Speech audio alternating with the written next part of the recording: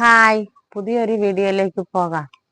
അന്നേരം പണ്ട് ഫിക്സ് രോഗം വന്നാല് അല്ലെങ്കിൽ ചുഴലിദണ്ണം വന്നാല് വാത കയറിയ കുട്ടിയാന്ന് പറയും. ബാധ കയറിയ കുട്ടിയാന്ന് പറയും. അങ്ങനെ എനിക്കും ഉണ്ടായിരുന്നു ഒരു കൂട്ടുകാരി, പാവമായിരുന്നു കേട്ടോ. അന്നേരം അവൾക്ക് ചുഴലിദണ്ണമായിരുന്നു. പക്ഷെ അന്ന് ആശുപത്രിയോ കാര്യങ്ങളോ ഒന്നും ഇല്ല. എല്ലാരും വൈദ്യന്മാരുടെ ചികിത്സ അന്ന്. ആശുപത്രി പോക്കില്ല, ആരും തന്നെ ആശുപത്രി പോക്കില്ല, എല്ലാരും വൈദ്യ ചികിത്സയാ. അന്നേരം അതിന് പറയാൻ കാരണങ്ങളും ഉണ്ട്. ഞങ്ങളുടെ വീടിന്റെ അടുത്ത് തന്നെ ഒരുപാട് ദുർമരണങ്ങൾ നടന്നിട്ടുണ്ട്. പിന്നെ ഞങ്ങളുടെ തോടിന്റെ അടുത്ത് ഒരു വയസ്സായ കാർന്നോര് മരിച്ചു. മത്തൻ എന്നാ പേരാ ചേട്ടന്റെ. അന്നേരം വീട്ടുപേര് മയിലാടുംകുന്നേല് ആ ചേട്ടന്റെ. അന്നേരം എല്ലാരും പറഞ്ഞു അത് തൈലാടുമത്തനായി. തൈലാടുമത്തൻ അതൊരു വില്ലനായിരുന്നു, ആ പ്രേതം. അങ്ങനെ അതൊരു വില്ലനായിട്ട് നടന്നിട്ട് അവിടുത്തെ കുട്ടികളെല്ലാവരും, അമ്മമാരും കാണുന്നവരും കേൾക്കുന്നവരും, ഏത് പിള്ളേര് തോട്ടി കുളിച്ചാലും പെട്ടെന്ന് കേറിക്കും, അല്ല തൈലാടുമത്തൻ വരും, ഇപ്പൊ തന്നെ നിങ്ങളെ മുക്കി കൊല്ലും എന്നൊക്കെ പറയും. അങ്ങനെ ഞങ്ങളെ എല്ലാരും പേടിപ്പിക്കും. ഞങ്ങള് നട്ടുച്ചയ്ക്ക് കുളിക്കാനൊക്കെ ചെല്ലുമ്പോ അങ്ങനെയായിരുന്നു. ആ പ്രദേശം അങ്ങനെയായിരുന്നു, ഒരു അന്ധവിശ്വാസത്തിന്റെ ഒരു രീതിയായിരുന്നു.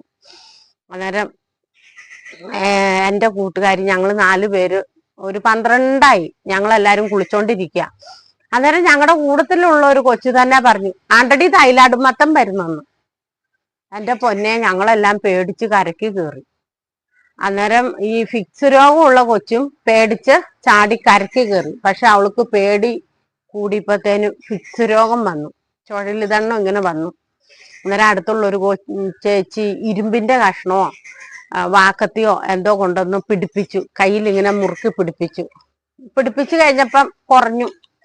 ഒരു 10 മിനിറ്റ് അങ്ങനെ കിടന്നു, വായിക്കൂടെ പതയൊക്കെ വന്ന്.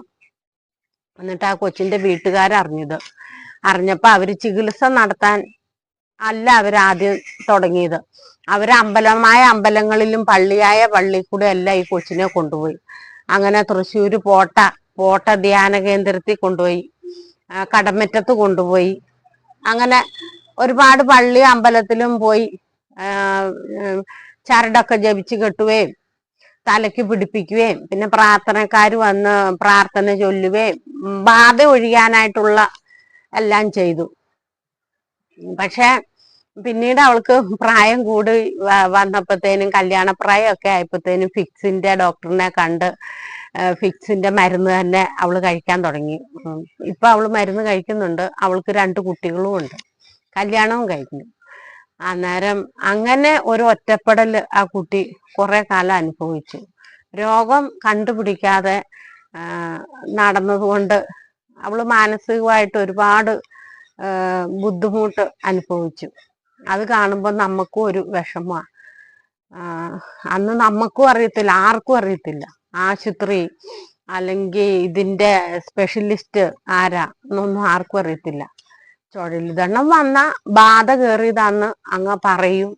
പിന്നെ ബാധയുടെ പുറകെ പോകും, രോഗത്തിന്റെ പുറകെ പോകുകയല്ല, ബാധയുടെ പുറകെ പോകും. ഇത് തന്നെ അന്നും നടന്നത്.